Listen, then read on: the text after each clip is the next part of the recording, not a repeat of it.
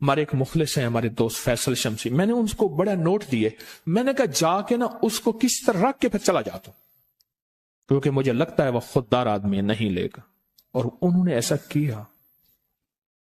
سوچیں کہ میرے مال اللہ نے دی ہے، کیا میں اپنے مال کا صدقہ اگر نکال رہا ہوں تو وہ دے کہاں رہا ہوں؟ ضرورت مند کیا میں تلاش کر رہا ہوں؟ اور میں ضرورت مندوں میں سب سے پہلے وَبِذِي الْقُرْبَى وَالْيَتَامَى وَالْمَسَاكِينِ وَابْنِ السَّبِيلِ، مسافر پردیسی چوتھے، پھر مسکین ہے، پردیسی ہے، مسافر ہے، یتیم ہے، ضرورت ہے اس چیز کی، اس کی ضرورت ہے، کیونکہ یہاں جتنے مانگنے والے ہیں ان کے بارے میں صرف ایک لفظ کہوں گا، یہ لفظ آپ پکا رکھ لیں، یہ سب خواہشات کے مانگنے والے ہیں، ضروریات والے نہیں ہیں، خواہشات۔ اتنا بڑا بنگلہ، اتنی بڑی سواری، فلاں برانڈ کا موبائل، فلاں چیز فلاں چیز فلاں چیز، یہ خواہشات کی کوئی حد نہیں ہے، یہ لفظ بھی ذہن نشین رکھیے گا، میرے ساتھ بولیں، خواہشات کی، ضروریات کی حد ہے، خواہشات کی حد نہیں ہے۔ عاجزانہ دعاؤں کے ذریعے اگر اپنی مصیبتیں، اپنی بلائیں، اپنی پریشانیاں اور اپنی تکلیفیں ٹلوانا چاہتے ہیں تو اس کے پیچھے ہمارے ساتھ کون سی دعائیں ہوں؟ عاجزانہ دعائیں، عاجزانہ دعائیں۔ اور میں امام زین العابدین جب دعائیں مانگتے تھے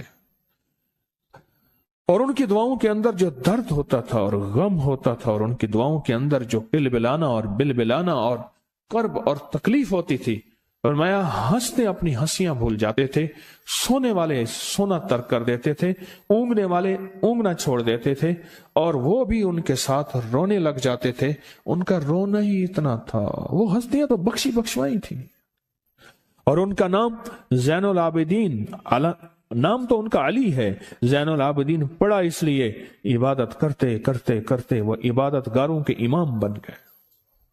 یہ تسبیح خانہ جو آپ کو راستے دے رہا ہے، تسبیح خانہ جو منزلیں دے رہا ہے، یہ راستہ، یہ منزل ساری کے ساری اس لیے ہے کہ اس منزل اور راستے کے پیچھے دعاؤں کی طاقت ہے، دعاؤں کی طاقت ہے۔ ان دعاؤں اور اعمال کو اپنے ساتھ ایسے سینے سے لگا لیں۔ ان دعاؤں اور اعمال کے اندر حیرت انگیز دنیا ہے۔ جب سے تسبیح خانے کے ساتھ نسبت ہے، دعاؤں کی کیا کیا طاقتیں دیکھی، دعاؤں کی کیا کیا تاثیر دیکھی، سنوں گا نہیں، بس صرف دل میں سوچیں، میرے سوالوں کا جواب دل میں دیں۔ دعاؤں کو کیسے آزمایا، خود ہی تو کہتے ہیں فلاں وظیفہ پڑھا یہ ہوگا، فلاں عمل کی، یہ دعائیں تو ہیں ساری، کیا ہیں؟ ساری میری حدیثیں، میرے آقا کا فرمان دعائیں، سارا قرآن دعائیں، ساری تسبیحاں دعائیں، اور سارے دل سے گڑ گڑانے والے لفظ وہ جسی زبان میں بھی ہوں، جس کلام میں بھی ہوں، وہ سب دعائیں ہیں۔ اللہ کو یہ مانگنا پسند ہے۔ اللہ کہتا ہے پھر وہ مصیبتیں جو کھجور کے درختوں سے نیچے آ چکی ہوتی ہیں، میں ان کھجوروں کو بھی، ان درختوں کو بھی، ان مصیبتوں کو بھی ٹال دیتا ہوں، اور وہ مصیبتیں جو تیری آنکھیں نے دیکھ چکی ہیں ان کو بھی ٹال دیتا ہوں، اور وہ بلائیں آفات جو زندگی میں تیرے سامنے ہیں ان کو بھی ٹال دیتا ہوں۔ یہ ساری بلائیں اور آفات اور یہ ساری تکلیفیں میں اس وقت ٹال دیتا ہوں جب تیری دعاؤں کی طاقت تیرے سامنے آ کے کھڑی ہوتی ہے، کیونکہ دعاؤں کی ایک طاقت ہے، دعاؤں کی ایک تاثیر ہے، دعاؤں کا ایک حصار ہے، دعاؤں کا ایک کوٹ ہے، اور دعاؤں کا ایک قلعہ ہے، اور دعائیں ایک ڈیفنس وال ہیں، اور دعائیں حفاظت کا نظام ہے، اور دعاؤں سے آفتیں، بلائیں، مصیبتیں، تکلیفیں ایسی ٹل جاتی ہیں۔